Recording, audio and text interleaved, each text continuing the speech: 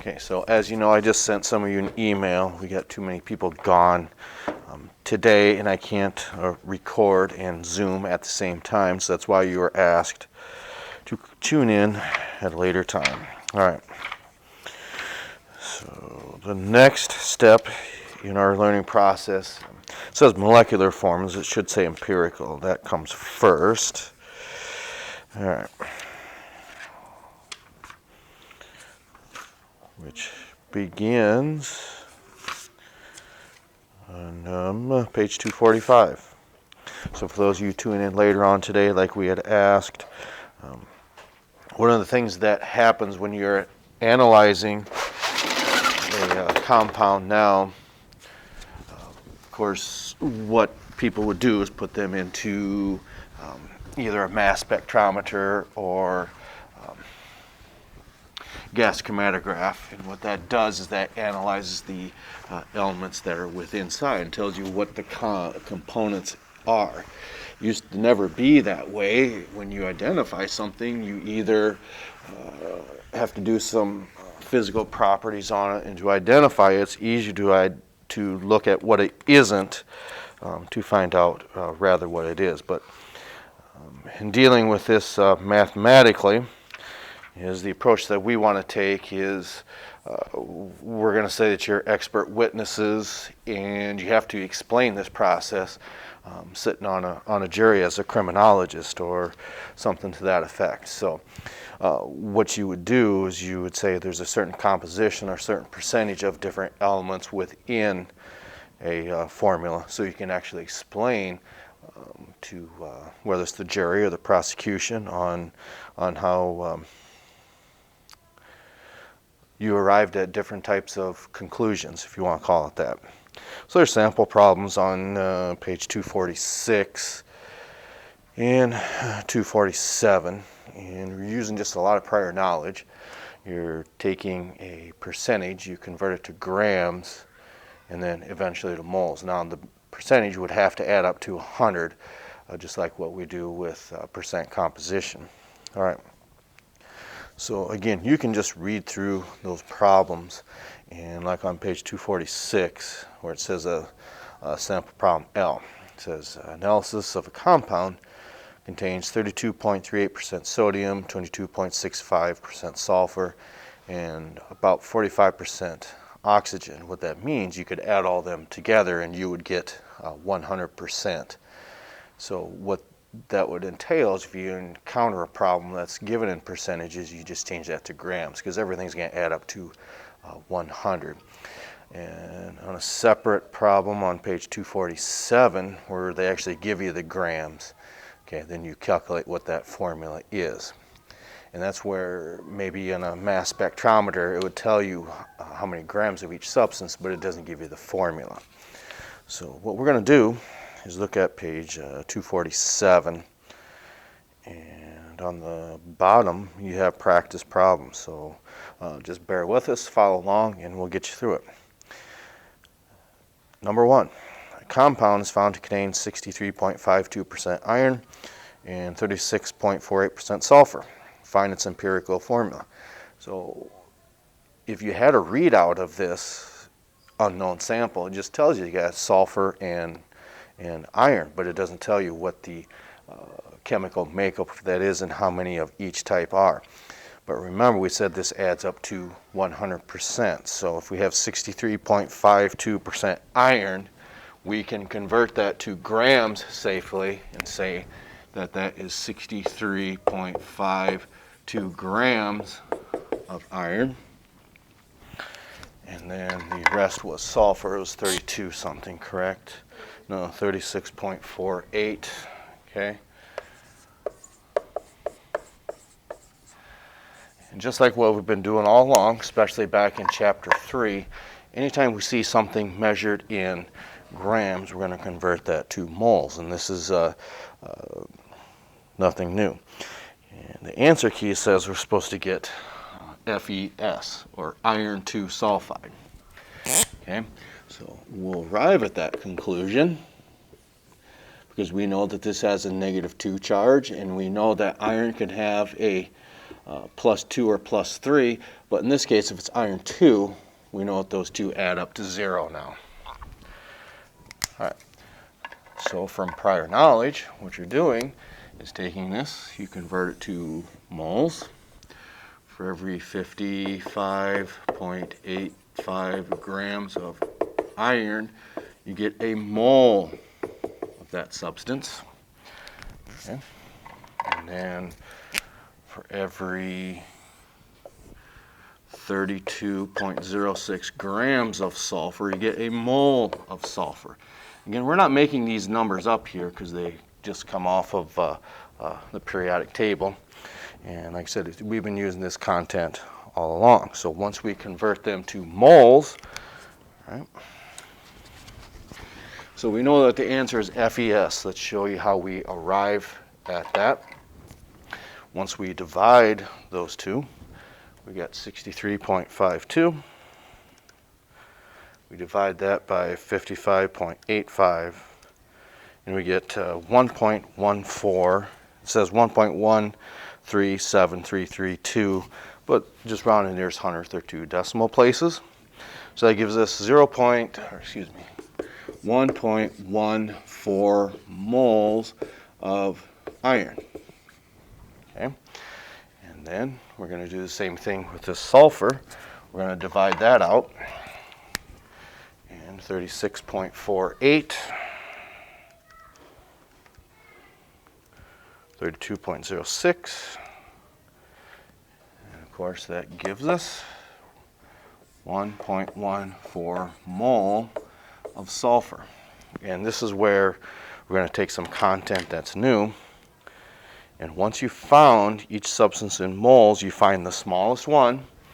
In this case, they're the same. And once you divide them by each other, that's how we arrive at 1 mole of iron, 1 mole of sulfur. And that's how we would determine that empirical formula. So again, what this means is this chromatograph spits out how much of a percentage of each substance is within there, and you mathematically determine the formula. Number 2, you okay with number 1? Okay, number 2 says find the empirical formula of a compound to contain 26.56% potassium, 35.41% chromium, and the remainder is oxygen. Now, some of this content, you're going to have to make some intuitive leaps, because we said that these all add up to 100%. So sometimes you're going to have to work backwards. Okay. So we've got 26.56 grams of potassium. Remember, we said these will always, well, not always, but if you're not given the amount in grams, you have to presume that it adds up to 100, and you just change that percentage to grams. 26.56 grams of potassium.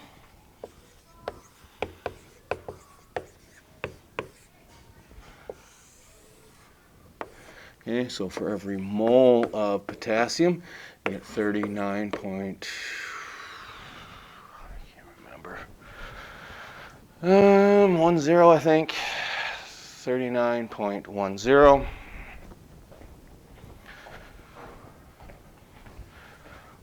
10 grams of potassium. Okay. I suppose I can put my equal sign here. And in our next step, it gives us chromium. It says 35.41%, but we're going to change that to grams. Okay. And then change that to moles, of course. So for every mole of chromium, is it 50? It's got to be somewhere around there. 58, maybe. I don't know. Oh gosh, no, 52. Okay.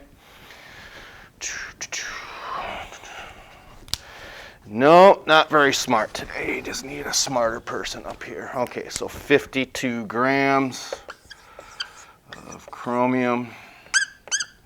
All right. Now remember, we said that these can add up to 100%. So what that means, we've got 26.56 plus 35.41. And when we add them two together, we're going to get 61.97. It says the remainder then is oxygen. But if this adds up to 100%, which it does, we are going to subtract 100. And that's going to say we got 38.03 grams of oxygen. And don't worry, you're going to have lots of practice with this. This isn't going to be the only time they're going to see this because this is brand new content. So we've got 38.03 grams of oxygen. So then the next thing we're going to do is change that to moles of oxygen.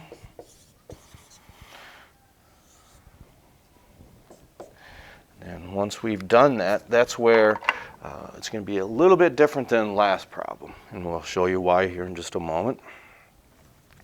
So 38.03 divided by 16. That gives you 2.38. Okay. So we've got 2.38 moles of oxygen. Okay. Then we divide 35 by 52.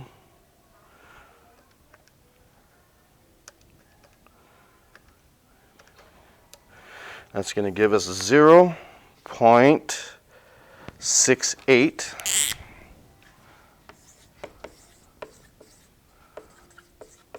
And again, that is chromium. That's from lab. Looked at that. Okay. And then, of course, with this, 26.56 divided by 39.1. And that gives us 0.68 moles.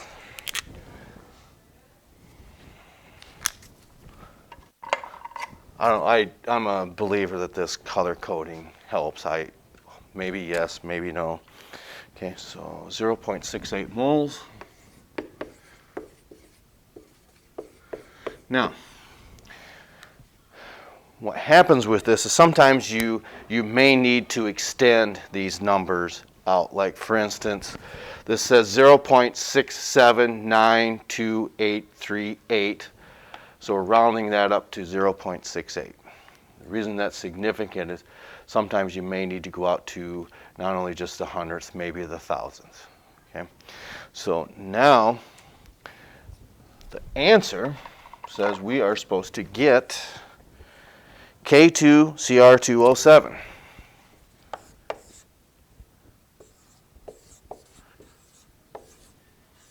Okay? Which doesn't mean anything to you right now. The only thing that we knew is this substance had potassium, chromium, and oxygen in it. And notice we can't put K.68, Cr2.68, and O2.38. The last stage that you got to do here is once you've found the smallest number is take them and divide them into each other. Okay? And what we would see in this case, of course, with these two, there's no coincidence those end up to be 2. So 0.68, okay, 0.68. So obviously that's going to give us 1, and then we got to do it with the third one, 0.68. You have to find the smallest amount in moles that you've calculated and divide them into each other. So then once we do this, of course, that's where we get 1. That gives you 1. And then 2.38, we divide that by 0.68, and that gives us 3.5. Okay? Which means we can't write this as K CR O3.5. It has to be a whole number or one that's not on the decimal. Okay, so what happens is you can double these. times 2 times 2 times 2, because once you do that, that will round that up to 7, and that's where that number comes from. Okay. So long story short, take the grams, convert them to moles, find the smallest one, divide them into each other, and then so you get a nice set of even numbers like this. And then the last one, do you feel is it worth your time to go over one more, or have you had enough for today? Okay, so number 3. Analysis of 20 grams of a compound containing only calcium and bromine indicates that 4 grams of calcium are present. What is the empirical formula of the compound? So, in this case,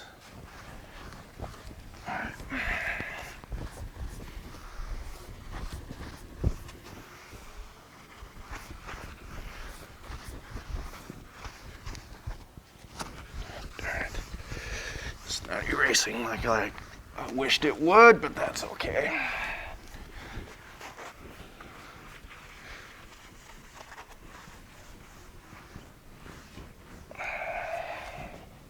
Okay. So again, we know this whole substance or whole amount that we're analyzing is 20 grams. So if we know that 4 of them is calcium, well then how do we know how much bromine is left over? Okay, we started with 20, 4 of it is calcium, so that means 16 grams then is bromine. And there again, this allows me to cheat, for instance. Not only would we know that that has to be there, we will mathematically prove that just with this content that we have. Okay, so I'll start again. Analysis of a 20-gram compound containing only calcium and bromine indicates that 4 grams of calcium are present. So we've accounted for that right here. And then what is the empirical formula of the compound just based off of this information? You're mathematically going to show you, we're going to mathematically show you that with these numbers we'll arrive at CaBr2.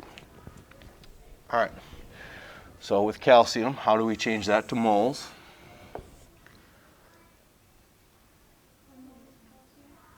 So for every mole of calcium, how many grams do we get? Around 40, isn't it? I want to say 0.01. I think that's pretty close. 40.08, okay?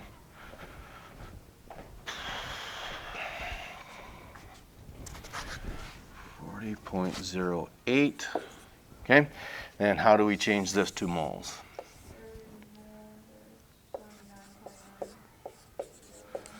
.79 point what?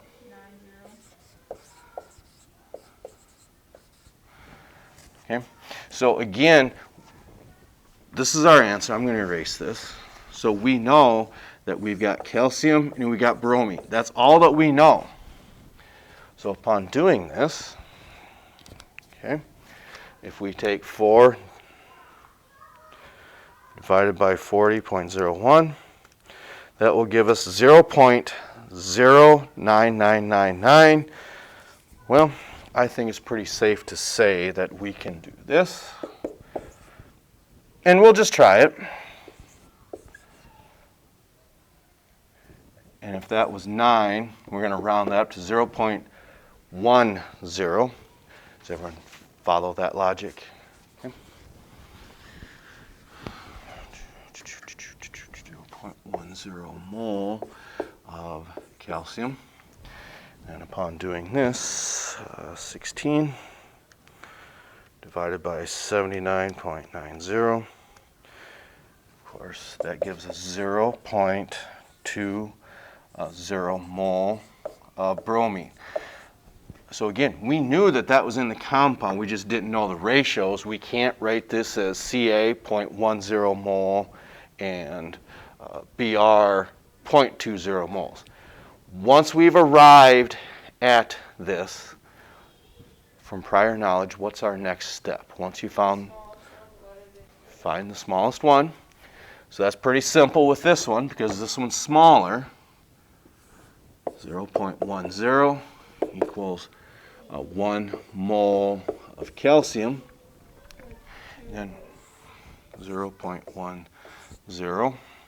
And you don't have to label that, you're just dividing by the smallest number, and then like you had correctly said, gives us 2 mole of bromine.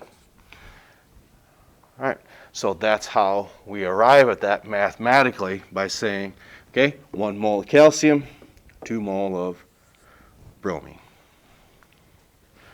All right. We didn't want to have to take up too much of your time today. That's an introduction to empirical formulas. Whether we'll get to maybe some examples of molecular formulas on Monday, we'll see once we're at. It's very, you have to do the same process. There's just one added step. Just like with molar mass problems, to find the percent composition, there's just one extra step. Left side, are we good? Right side, are we good? So again, we said in the email I sent, said look at this later on today, and we'll start over fresh on Monday. We'll catch up to you next time.